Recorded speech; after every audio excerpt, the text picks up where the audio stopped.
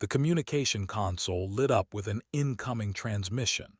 Holly Reed glanced at the screen while finishing her sandwich. Her patrol ship drifted near the outer markers of human territory, a routine assignment that usually meant watching empty space for 8 hours straight. The message decoder blinked red, indicating an unknown contact. "Well, that's different," she muttered, wiping crumbs off her uniform. Her co-pilot, a young man named Danny, looked up from his tablet where he had been reading news from Earth. "Should I answer it?" Danny asked, his finger hovering over the accept button. "Yeah, go ahead. Probably some merchant asking for directions." Holly took another bite of her sandwich. The screen filled with the image of an alien face. Scales covered its features and 4 eyes blinked in sequence. Behind the alien, dozens of uniformed figures worked at various stations. The alien opened its mouth, revealing rows of sharp teeth. "Attention, primitive species. I am Fleet Commander Wreath of the Galactic Dominion. Your territory now falls under our jurisdiction. You have 12 standard hours to surrender all military assets and prepare for integration into the Dominion. Failure to comply will result in complete annihilation of your species. This is your only warning." Holly stopped chewing. She stared at the screen for a long moment, then looked at Danny. Danny looked back at her. Neither spoke for several seconds. Then Holly started laughing. She laughed so hard she had to put down her sandwich. Danny joined in, covering his mouth with his hand but unable to stop the giggles. The alien commander's 4 eyes widened in apparent confusion. Did you just threaten us?" Holly managed to say between laughs. She wiped tears from her eyes. Sorry, I'm just, give me a second." She took a deep breath, trying to compose herself. Danny was still chuckling quietly. "Okay, look, I don't know who put you up to this, but tell the guys from the Armstrong station that they got me good. Really had me going there for a minute with the whole surrender or die thing." Holly grinned at the screen. Wreath's expression did not change. "This is not a joke, human. Behind me are 200 warships of the Dominion fleet. We have conquered 847 species across 12 spiral arms of this galaxy. Your surrender is inevitable." Holly's smile faded slightly. She leaned forward, studying the screen more carefully. The bridge behind Wreath did look real.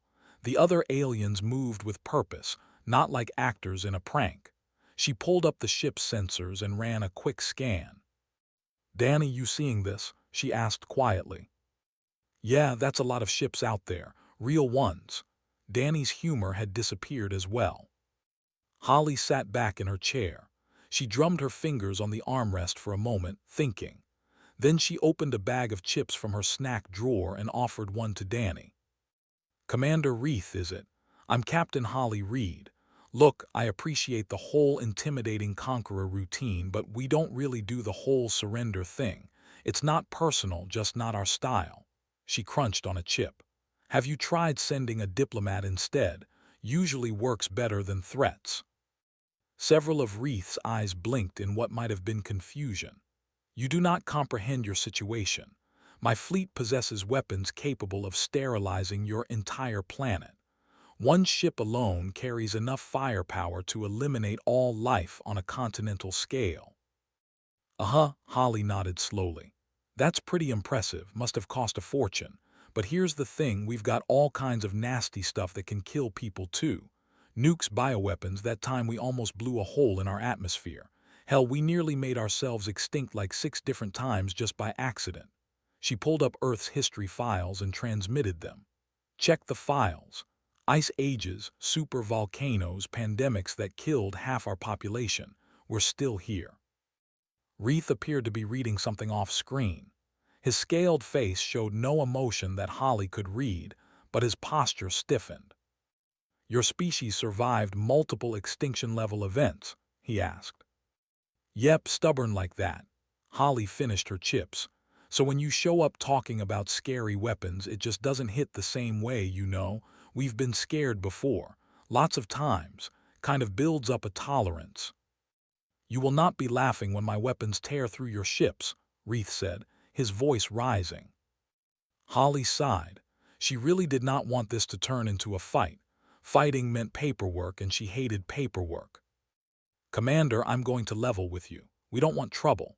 You want to swing by one of our stations for fuel or supplies, happy to help. You want to talk trade agreements, I can put you in touch with some diplomats. But if you're planning to attack us, you should know that every human ship in this sector is going to get very annoyed very quickly. She leaned forward, her casual tone becoming more serious. And annoyed humans are way more dangerous than scared humans. Reith was silent for a moment. You have 12 hours to evacuate your territory. After that, any human vessel will be destroyed on sight. Or, Holly countered, you have 48 hours to leave our space peacefully. After that, we'll consider you a hostile force and respond accordingly. Your choice, Commander. She closed the communication channel before he could respond.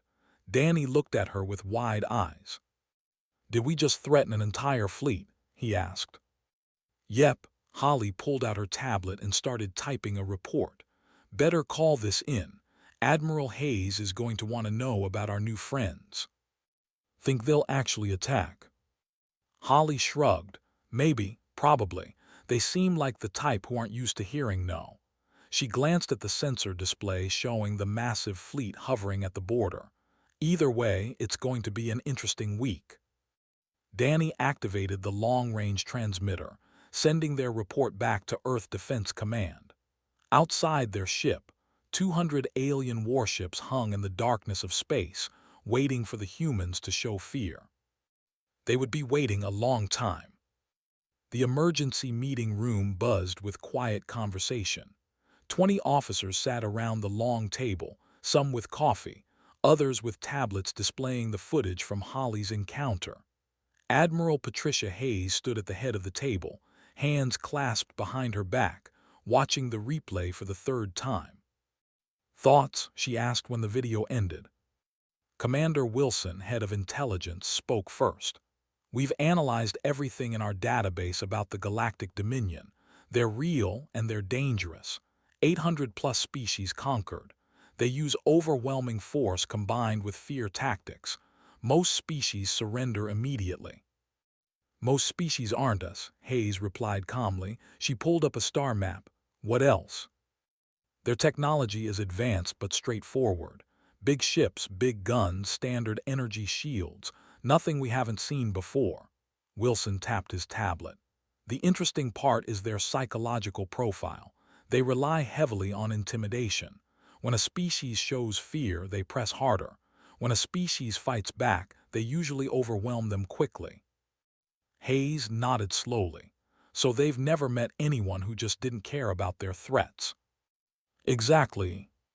Lieutenant Park from Communications raised her hand. Admiral, the public response has been unusual. Hayes raised an eyebrow. Show me. Park projected several news headlines onto the main screen.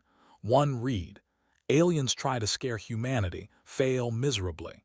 Another showed a picture of Commander Reith with the caption, When you try to intimidate the species that invented nuclear weapons for fun.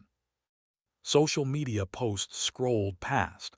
Someone had created a meme comparing the Dominion's threats to a small dog barking at a bear. Another showed humanity's history of near extinctions with the text, You think you're scary. Hayes allowed herself a small smile. At least morale won't be a problem. There's more, Park continued. Someone started a petition to invite the Dominion to a barbecue. It has 3 million signatures already. Several officers around the table chuckled. Hayes raised a hand for silence. While I appreciate humanity's sense of humor, we need to prepare for actual combat.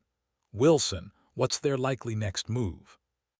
Based on their history, they'll make a demonstration attack, something to prove their power, probably target an isolated outpost or mining station. Wilson pulled up tactical data. They want us to see what their weapons can do. Then we evacuate all non-essential personnel from border stations. Quietly, I don't want panic. Hayes turned to another officer. Commander Liu, status of the defense fleet. Liu, a veteran of the Mars conflicts, pulled up ship rosters. We have 63 combat-ready vessels in the outer sectors, another 120 within 3 days' travel. Most are converted cargo ships with military upgrades, but they'll do the job. Good. Position them in defensive formations around inhabited systems. Make it look casual, like routine patrols. Hayes drummed her fingers on the table, thinking, what about our actual military fleet? The Fifth Fleet is conducting exercises near Jupiter. We can have them at the border in 4 days. Liu hesitated. Admiral, if we're being honest, our military ships aren't designed to look impressive. They're functional, not flashy. That's fine. The Dominion judges threats by appearance. Let them underestimate us. Hayes pulled up the footage of Reith again. This commander expects us to be terrified. When we're not, it throws off his entire strategy. We can use that. An officer near the end of the table spoke up. Ma'am, shouldn't we at least try diplomacy? Send an ambassador. We will, but first, we let them make their demonstration attack. Let them waste ammunition on empty buildings while we record everything. Hayes's expression hardened slightly. Then we show them what happens when you threaten humans and we take it personally. Wilson looked concerned. You want them to attack us first. I want them to understand that their intimidation tactics don't work. If we back down now, they'll keep pushing. If we fight back immediately, they'll claim we're the aggressors. But if we let them throw the first punch and then respond proportionally, we control the narrative. Hayes sat down. Plus, I really want to see the look on Reith's face when his planet-killer weapons bounce off our shields. That got a laugh from around the table. Speaking of shields, Liu said, should we tell them about the upgrades? Absolutely not. Let it be a surprise.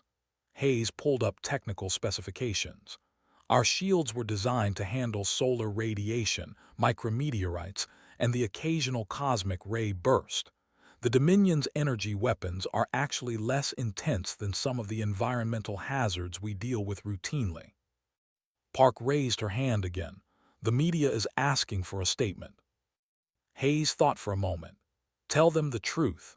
Unknown alien fleet has made contact. We're monitoring the situation. Civilians should remain calm and continue normal activities. Oh, and mention that our defense forces are ready if needed, but we hope for a peaceful resolution. That's it. That's it. No need to panic anyone. If the Dominion is watching our broadcasts, they'll see a species completely unbothered by their threats. That'll confuse them even more. Hayes stood up. All right, everyone has their assignments. Liu, get those ships in position. Wilson, I want hourly updates on Dominion fleet movements. Park, monitor all communications. If they make any moves, I want to know immediately.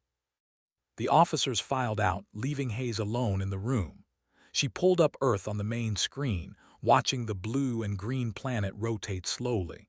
Humanity had come so far, from caves to space stations, from stone tools to starships. Every step forward had been earned through struggle and survival. Some ancient alien empire thought they could scare humans with threats. They had no idea what humans were capable of when pushed. Hayes allowed herself a grim smile. The Dominion was about to get an education. Outside the window, stars twinkled peacefully. Somewhere out there, Reith and his fleet were planning their attack, confident in their superiority. They were in for a very unpleasant surprise. The farming colony on Horizon 3 had seen better days. Dust covered most surfaces, and the irrigation system needed constant repairs. But the 3,000 colonists who called it home loved the place anyway. They grew food for 6 other human settlements and took pride in their work. So when 50 massive warships appeared in orbit, Farmer David Wright barely looked up from his tractor. Honey, we got company, he called to his wife through the comm unit. Sarah Wright walked out of the greenhouse, shading her eyes against the sun. She looked up at the sky where the ships hung like metal clouds. Think they're lost? She asked. Probably. You want to call it in, or should I? I'll do it. You finish that north field. Sarah headed back inside to the communication hub. 10 minutes later, Commander Reith's face appeared on every screen in the colony. His 4 eyes stared out with what he probably thought was an intimidating expression. Humans of Horizon 3, you are in violation of Dominion space. You have 6 standard hours to evacuate this planet. After that time, any remaining humans will be considered hostile and eliminated. This is your final warning. David listened to the announcement while driving his tractor. When it finished, he keyed his radio. "Anyone else hear that?" he asked. "Yeah," came the voice of his neighbor, Rodriguez. 6 hours seems kind of rushed. I've got crops that need harvesting today. Think we should call someone? Another colonist chimed in. Sarah's voice came over the general channel. I already sent a message to the defense fleet. They said they'll have ships here in about 3 hours. They told us to just ignore the Dominion and go about our day. Works for me, David replied. He went back to plowing. Up on the Dominion flagship, Reith stared at his sensors in disbelief.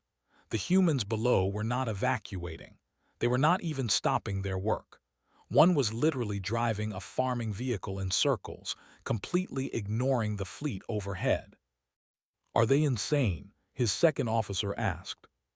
Fire a warning shot, Reith ordered. Target an empty field away from any structures.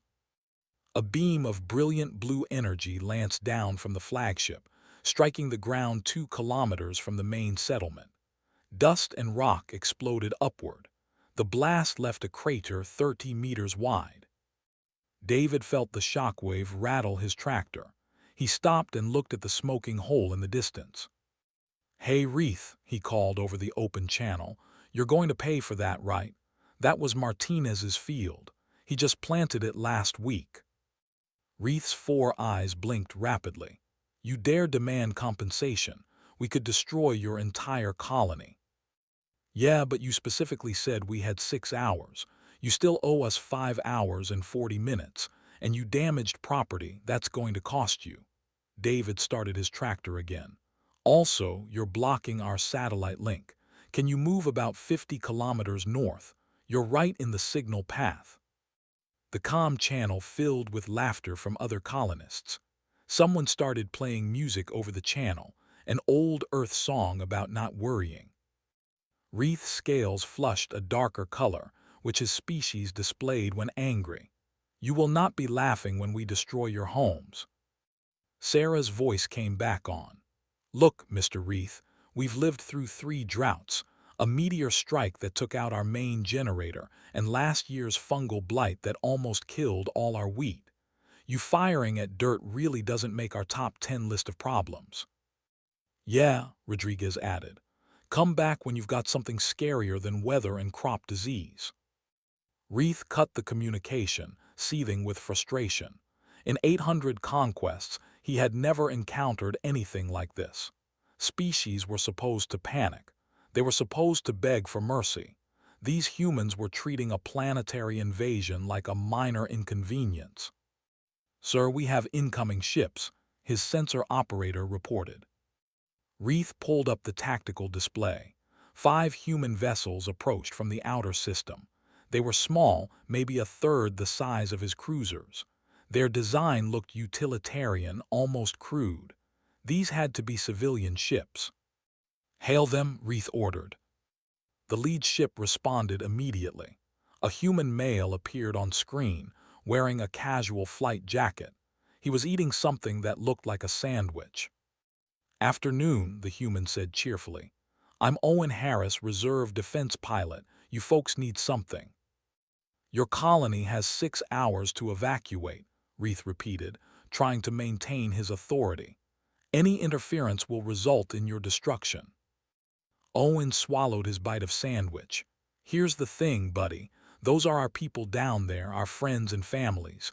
So we're just going to park right here and make sure nothing else explodes near them. He took another bite. Hope that's cool with you. You dare challenge the Dominion fleet with 5 small ships. Challenging? Nah, we're just babysitting. making sure everyone plays nice. Owen's ship moved into a casual orbit between the colony and the Dominion fleet. The other 4 human ships spread out in a loose formation. Reith had enough. These humans needed to learn respect. Weapons target the lead human ship, fire. 3 energy beams converged on Owen's vessel.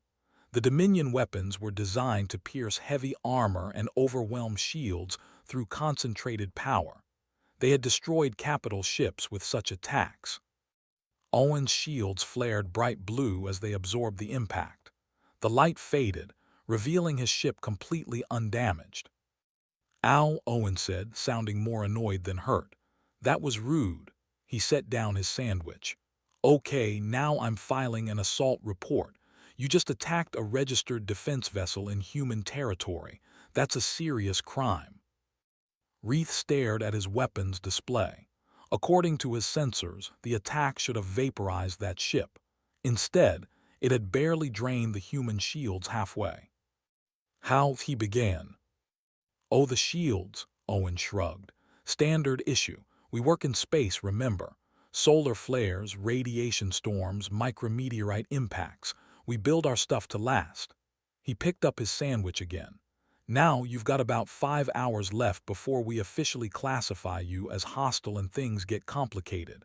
I suggest you spend that time thinking about leaving peacefully." More human ships were arriving, dropping out of faster-than-light travel at the edge of the system. Reith counted 15, then 20, then 30. They were not in military formation. They simply spread out like they were setting up a perimeter for a construction project. Casual, relaxed, completely unafraid. For the first time in his military career, Reith felt something he had never experienced during a conquest. He felt uncertain. 3 days had passed since the standoff at Horizon 3 began. Reith had sent urgent requests to the Dominion High Command. Now, reinforcements had arrived. The pride of the Dominion fleet, the Worldbreaker-class dreadnought Eternal Conquest, emerged from hyperspace with an escort of 30 additional warships. The massive vessel stretched 3 kilometers from bow to stern. Its main cannon could crack a planet's crust. Surely this would make the humans understand their position. But the human ships just kept arriving. They now numbered over 60, scattered around Horizon 3 in what barely qualified as a defensive formation. They looked more like workers taking a break than a military force. Admiral Patricia Hayes arrived aboard her flagship, the Resilience. Compared to the Eternal Conquest, her ship looked small and plain. Its hull showed scorch marks from previous battles, and its design prioritized function over appearance. It looked like something built in a warehouse, not a symbol of military might. Reith opened a communication channel, feeling more confident with the Worldbreaker at his back. "Admiral Hayes, I presume," he said.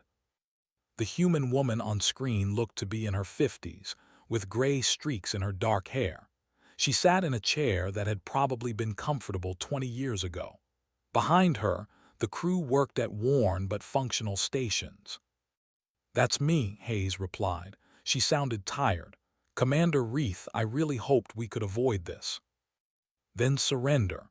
Your resistance is pointless. The Eternal Conquest alone could destroy every ship you have." Hayes sighed. "Yeah, I've heard that before. Look, we don't want to fight you. We want you to leave peacefully before someone gets hurt." "Your concern for your own survival is noted," Reith said smugly. "But it is too late for negotiations." "I'm not worried about us," Hayes said quietly. "I'm worried about you." That stopped Reith cold. "You what?" "Your crews, your ships. We don't want to hurt anyone if we can avoid it. That's why I'm asking one more time. Please leave." Reith's scales flushed dark with anger. The arrogance of these humans knew no bounds. "You face the Eternal Conquest, the most powerful ship in the known galaxy, and you threaten me." "I'm not threatening, I'm warning. There's a difference." Hayes leaned forward. "Commander, has it occurred to you that species don't usually laugh when you threaten them? That maybe, just maybe, we know something you don't?" "You know nothing. You are a primitive species barely a century into space travel. And yet we're still here. Hayes pulled up a data file. Let me tell you about Earth, Commander. Our planet tried to kill us for millions of years. Ice ages that lasted thousands of years. Volcanic eruptions that blocked out the sun. Diseases that killed half our population. Asteroids, droughts, floods. We survived all of it. Then we started trying to kill each other. World wars, nuclear weapons, biological warfare. We nearly made ourselves extinct at least 6 times that we know of. Reith watched the historical data scroll past. The death tolls were staggering. The weapons humanity had created just to fight itself were terrifying. We learned something important through all that survival, Hayes continued. We learned how to build things that last, how to protect ourselves, how to fight when we have to. Your threats don't scare us because we've faced worse from our own planet and from ourselves.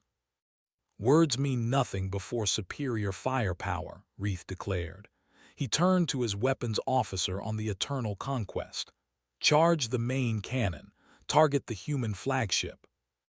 The enormous weapon at the front of the dreadnought began to glow. Energy readings spiked across Dominion sensors.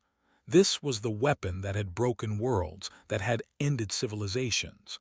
It required the full power output of the dreadnought's core reactor. Hayes did not flinch. Last chance, Commander. Fire. A beam of concentrated energy erupted from the Eternal Conquest. It was beautiful and terrible, bright enough to illuminate the entire system. The beam struck Hayes's flagship dead center. The Resilience's shields flared brilliant white. The impact lit up the surrounding space like a miniature sun. Energy readings went off the scale. The beam poured into the shields for 10 full seconds, pouring enough power to vaporize a moon. Then the beam stopped, the light faded. The Resilience floated in space, completely intact. Its shields had dropped to 60% but were already recharging. Hayes brushed some dust off her shoulder where the impact had shaken loose debris from the ceiling. "Is that it?" she asked calmly. "Our mining lasers cut deeper than that." Reith felt his blood run cold. The Eternal Conquest's main weapon had failed. No, not failed. The human ship had simply taken the hit and survived. "That's impossible," he whispered. "No, it's just good engineering," Hayes replied. "We build everything assuming it might need to survive a catastrophe. Our shields are designed to handle solar flares, radiation storms, and high-velocity debris. Your energy beam was actually less intense than some natural phenomena we deal with regularly." She stood up from her chair. "Now, Commander, I gave you chances, multiple chances, but you attacked first. That changes things." Hayes turned to her crew. "All ships weapons-free, disable their fleet." Reith's sensors went crazy. Every single human ship suddenly showed massive energy signatures. Weapon systems came online, far more powerful than his intelligence reports had indicated. Each supposedly civilian vessel was actually armed to the teeth. "Evasive maneuvers," Reith shouted. But it was too late. The human fleet opened fire, not with planet-killing weapons or devastating beams, but with precise, targeted strikes. Human weapons hit Dominion ships in specific locations, taking out engines and weapon systems without destroying the vessels themselves. In the first 30 seconds, 15 Dominion cruisers were disabled. Their weapons offline, their engines dead, but their life support intact and their crews unharmed. "They're not trying to kill us," Reith's second officer said in amazement. "They're teaching us a lesson," Reith replied bitterly. One human ship, piloted by a woman named Rita, used a nearby asteroid field to slingshot herself behind 3 Dominion destroyers. She disabled all 3 in rapid succession, then had the audacity to send them a message. "Sorry about your engines. We'll tow you somewhere safe when this is done." Another human pilot, Ben, hacked into the Dominion communication network. Classical music from Earth began playing over every Dominion channel. When Reith's officers tried to restore their comm systems, Ben's voice came through. Just trying to help you relax. You seem stressed." The battle, if it could be called that, lasted less than 5 minutes. 70 Dominion ships disabled, crews intact, not a single human casualty. The Eternal Conquest sat dead in space, its mighty engines silent, its weapons offline. Hayes contacted Reith again, ready to talk now. Reith's command chair felt uncomfortable for the first time in his career. Emergency lighting cast strange shadows across his disabled flagship. Life support was working, but everything else was offline. Outside his viewports, human ships drifted in lazy orbits, keeping watch like shepherds guarding sheep. Admiral Hayes appeared on his emergency communication screen. Behind her, the crew of the Resilience worked calmly, as if they had just completed a routine training exercise rather than defeated an entire invasion fleet. "I'm transmitting something to your personal display," Hayes said. "I want you to see where we come from." Reith pulled up the data on his tablet. What he saw made his scales pale. Earth appeared first, rotating slowly. Then came the statistics.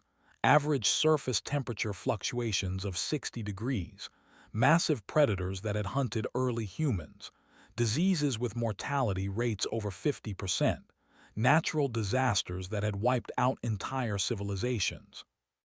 "This is your homeworld?" he asked quietly. "That's home," Hayes confirmed. "Beautiful, deadly, and it made us who we are. Every species on that planet learned the same lesson: adapt or die. We adapted.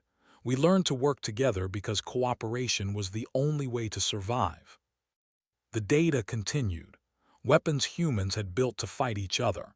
Nuclear bombs capable of ending civilization. Chemical weapons that could kill millions. Biological warfare that could wipe out species.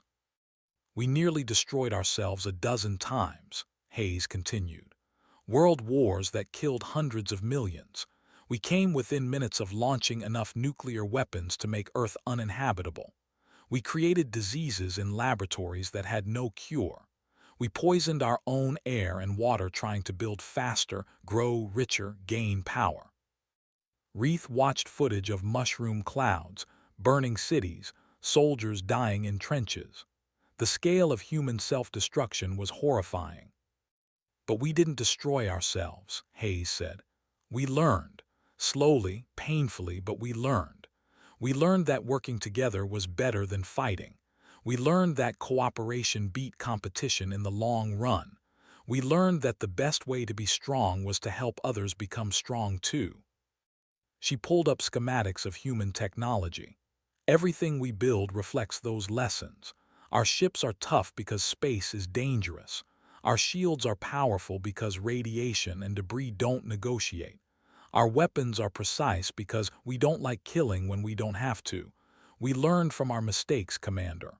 We learned the hard way." Reith set down his tablet. "Why didn't you just destroy us? You could have." "Because you're not evil, you're just ignorant," Hayes shrugged.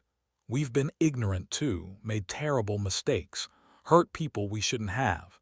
If someone had destroyed us every time we messed up, we'd be gone. Instead, we got chances to do better. So we're giving you the same chance. The Dominion will not accept this defeat. More ships will come." "Will they?" Hayes asked. "I'm going to send your high command a message. I'm going to tell them exactly what happened here. I'm going to show them footage of your weapons failing against our shields.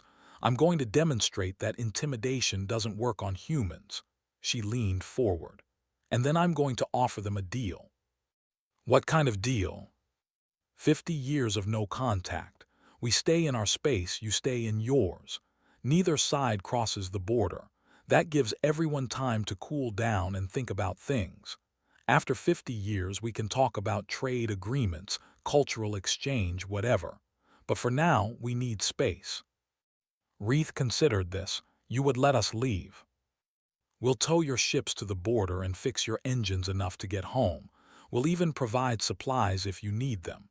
But in exchange, you need to go back and tell everyone what happened. Tell them that humans aren't easy prey. Tell them we don't scare easily. Tell them we prefer peace but we're ready for war." They will call us cowards for retreating. Then explain that tactical withdrawal isn't cowardly, it's smart. You learned something important today. Don't waste that lesson by pretending it didn't happen. Hayes stood up.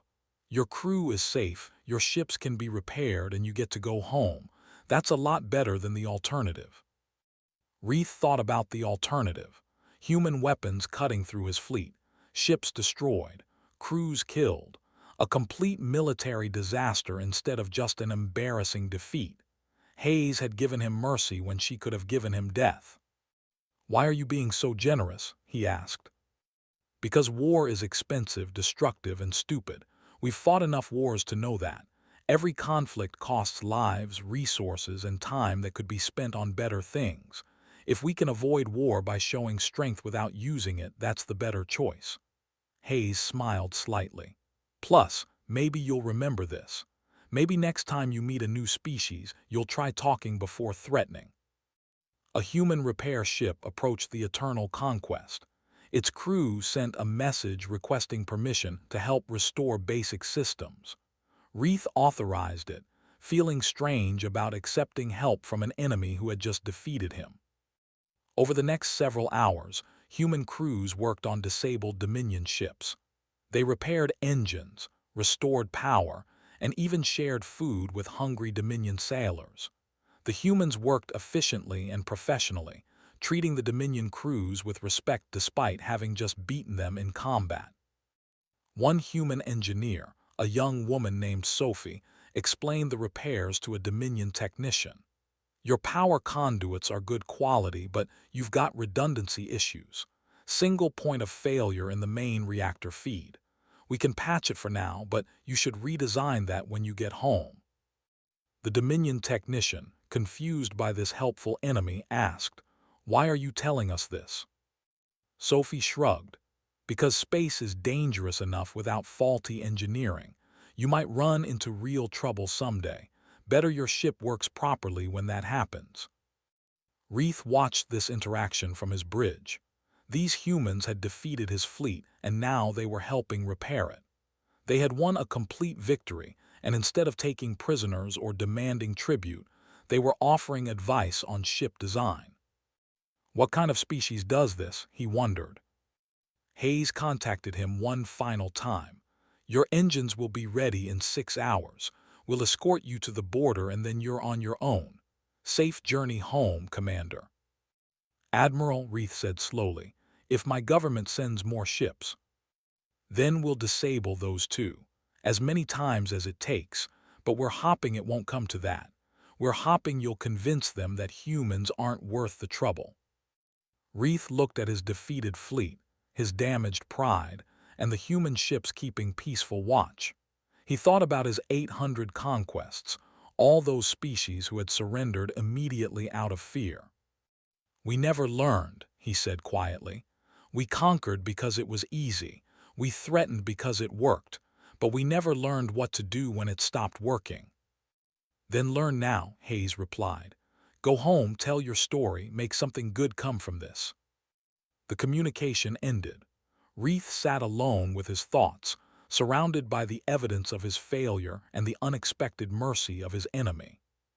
The Galactic Council chamber had witnessed many historic moments, but nothing quite like this. Representatives from 47 species sat in their designated sections, watching as the Dominion ambassador approached the central podium. The Dominion had never addressed the Council to admit defeat. They had never needed to. Ambassador Zeeth, a senior Dominion official, stood at the podium looking deeply uncomfortable. His 4 eyes scanned the chamber, seeing the confusion and curiosity on every alien face. "3 weeks ago," he began, his voice steady despite his humiliation, "the Dominion fleet engaged with humanity. We expected a quick conquest. We were wrong." Murmurs spread through the chamber. The Dominion wrong, impossible. The humans did not surrender. They did not show fear. They laughed at our threats. When we demonstrated our weapons, they were unimpressed. When we attacked, they defended themselves with shocking effectiveness. They disabled our entire fleet without killing a single crew member. Zeeth paused, letting that sink in. The Dominion formally requests diplomatic relations with humanity and acknowledges their sovereignty over claimed territories. The chamber erupted in noise. Species argued with each other, demanded explanations, questioned how this could have happened. The Dominion had conquered hundreds of species. How could humans defeat them? The council speaker, a dignified being from the ancient Valak species, called for order. The human ambassador has been invited to address the council. Please welcome Ambassador Ruth Santos of Earth. The main doors opened. Ruth Santos entered, pushing a cart loaded with small containers. She was in her 60s, with silver hair and a warm smile. She wore a simple business suit, nothing fancy or intimidating.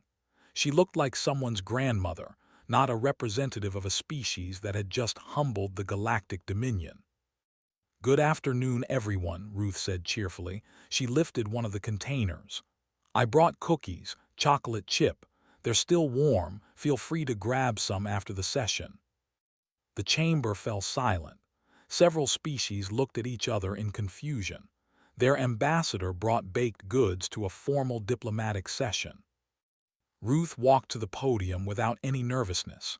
She set down her cookie container and pulled up a data display. Earth appeared, rotating slowly in the holographic field. "Let me tell you about my home," she began. "Earth is what we call a death world. High gravity, extreme temperature variations, aggressive wildlife, constant natural disasters. It's tried to kill us for millions of years. We survived anyway." She pulled up historical images. Humans hunting woolly mammoths, ancient cities destroyed by earthquakes, plagues spreading through medieval towns, world wars that killed millions, nuclear bombs that could end civilization. We nearly went extinct about a dozen times. Ice ages, volcanic eruptions, diseases, asteroids, and that was just from nature. Then we started trying to kill each other. Wars, weapons, pollution. We came very close to destroying ourselves several times. Ruth's expression became more serious. But we didn't destroy ourselves. We learned. We learned that cooperation works better than conflict. We learned that building is better than destroying. We learned that strength isn't just about weapons, it's about helping each other survive. She gestured toward Zeath. "When the Dominion arrived with their threats, we weren't scared. We've faced scarier things every day just living on Earth. Space itself tries to kill us constantly. Radiation, vacuum, debris traveling at incredible speeds. We built our ships tough because we had to. We built our shields strong because we needed them." A representative from a small trading species raised a tentacle. "But Ambassador Santos, the Dominion has conquered hundreds of worlds. How did you defeat them so easily?" "We didn't defeat them easily. We defeated them differently." Ruth pulled up tactical data from the battle. "The Dominion relies on fear. They show up, threaten you, and most species surrender immediately. That's smart, actually. Saves lives on both sides, but it only works if the species is afraid." She smiled. "Humans don't scare easy. We've survived too much. When the Dominion threatened us, we saw it as a problem to solve, not a reason to panic. When they attacked, we defended ourselves using tools we already had. Our civilian ships are built to survive space. Our military ships are built to survive war. The Dominion didn't realize that until it was too late." Another representative spoke up. "Will humanity seek to conquer others now? You have proven your strength." "No," Ruth said firmly. "We don't want conquest. We want to be left alone to develop at our own pace. We want trade partners, cultural exchange, friendly neighbors. We don't want war." She paused. "But we're ready for it if we have to be. That's the difference. We prepare for the worst and hope for the best." She opened her cookie container and took one. "Which brings me to why I brought cookies. In human culture, sharing food is how we make friends. It's how we show we mean no harm. These cookies are a gift. They represent our desire for peace." Ruth looked around the chamber. "Humanity isn't looking for enemies or subjects. We're looking for friends. We'll trade technology, share culture, work together on problems. But we won't be threatened, conquered, or intimidated. We've survived too much to bow down to anyone. The Valak speaker spoke. What does humanity want from the Council? Three things, Ruth replied. First, recognition of our territorial borders. Second, trade agreements with interested species.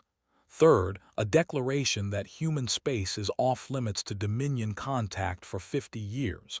After that, we can revisit relations. Everyone needs time to calm down.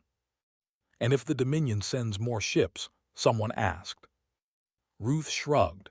Then we disable those ships too, as many times as it takes, but I don't think they will. The Dominion is smart.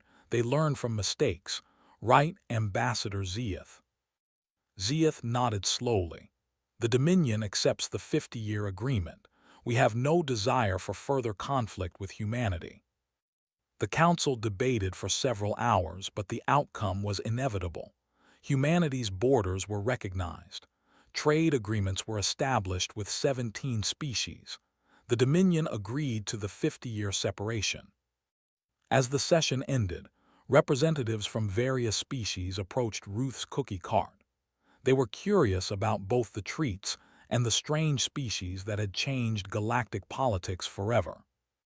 Ruth handed out cookies, answered questions, and made jokes. She treated the representatives of ancient civilizations like neighbors at a community meeting. Some found this disrespectful. Others found it refreshing. Zeeth approached last when most others had left. Ambassador Santos, may I ask you something? Of course, want a cookie? No, thank you. I want to understand. Why did your people laugh at our threats? Ruth considered the question. Because we've faced worse and survived. Because fear doesn't solve problems, action does. Because sometimes when life gets scary, the best response is to laugh and keep going. She offered him a cookie again. Also, because your Commander Reeth was taking himself way too seriously. Someone needed to deflate that ego a bit. Zeeth took the cookie this time. He bit into it cautiously, then his 4 eyes widened in surprise. This is excellent. Right, chocolate chips make everything better. Ruth packed up her cart. Come visit Earth sometime, Ambassador. We'll show you around, teach you about our culture. Once the 50 years are up, of course. I may do that, Zeeth replied quietly. 6 months later, Holly Reed sat in her patrol ship, reading the news. The Dominion had established a new first contact protocol that involved diplomacy before threats. 3 other aggressive species had suddenly become interested in peaceful trade with their neighbors. Humanity's reputation had spread across the galaxy, not as conquerors, but as the species that couldn't be conquered. Think things will stay peaceful? Danny asked from the co-pilot seat. Holly shrugged. For a while, eventually someone else will try to threaten us. We'll deal with it then. How? Holly grinned. Same way we always do. We'll laugh, we'll adapt, and we'll survive. That's what humans do best. Outside the viewport, Earth hung in space. Blue, green, and beautiful. Home to a species that had survived ice ages, plagues, wars, and their own worst impulses. A species that looked at galactic threats and just kept going. Somewhere in the galaxy, Commander Reeth was teaching new officers about humanity, warning them never to underestimate a species based on appearance, explaining that some civilizations are forged in fire and emerge stronger for it. And in the Galactic Council, Ruth Santos's cookies had become legendary. Sometimes the best diplomacy involved chocolate chips and a friendly smile. Humanity had proven that strength came in many forms, and sometimes the greatest power was knowing when not to use it.